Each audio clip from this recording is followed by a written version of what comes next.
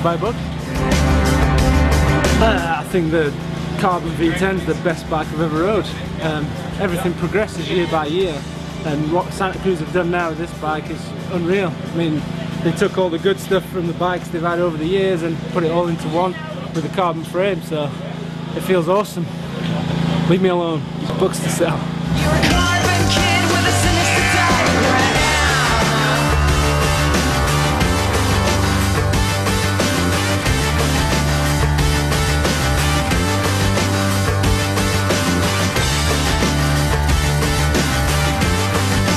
Talking about the new V10 still.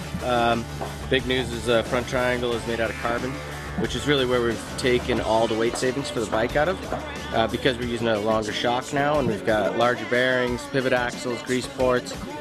All that increase the weight of every other part of the bike. So what we've tried to do is slim down the front triangle as much as possible. We understand the big concerns for people is rock impacts on carbon frames. So the bottom of the down tube is a full 5 millimeters thick down the entire thing. It's almost a ½ inch thick at the head tube. This is the first frame we've actually never been able to break on our in-house testing equipment. Probably about 2 millimeters of sacrificial carbon on the bottom just for rock impacts before aramid layers that are underneath that help absorb impact specifically from rocks.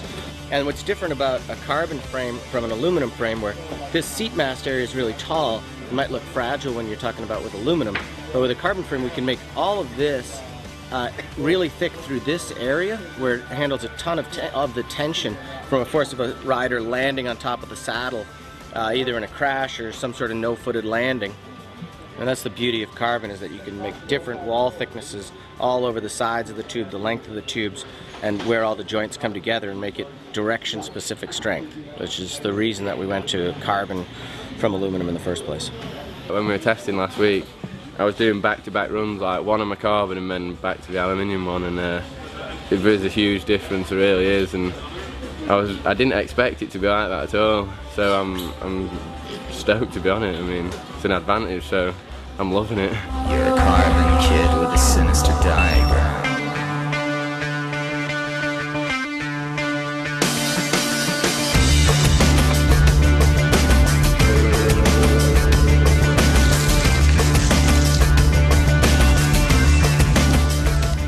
The team's been on it for about 2 weeks is all. They just started testing it out, so it's pretty new. The whole idea is we wanted to add a lot of features, and if we didn't go carbon, the bike would actually get a bunch heavier than it was in the past. So front triangle is 1.5 pounds lighter approximately than the old bike. Adjustable travel in the back, 8.5 inches or 10 inches. The team's always been on 10 inches, but there's a lot of call from consumers to get just a few more options, and you know, we want to please everyone, and hopefully everyone buys their bike. That's the idea. So really similar suspension feel. The bike's going to come with a adjustable headset. The idea is that you can change your angles independent of, say, wheelbase changes or bottom bracket heights. And it's just an independent pit tube angle adjustment. Yeah, that's most of the features. Really similar ride to the old bike, lighter, more durable bearing system, and just a ton of adjustability that we wanted to add in.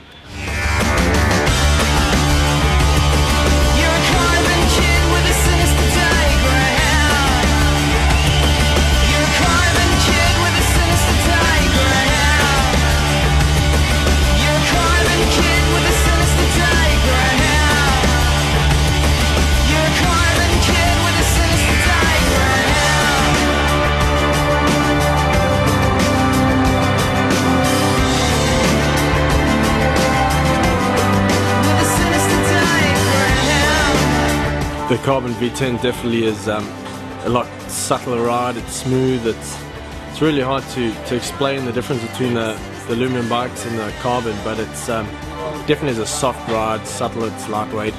It's honestly one of the best bikes I've ever ridden. Actually, in fact, I think it is the best bike I've ever ridden.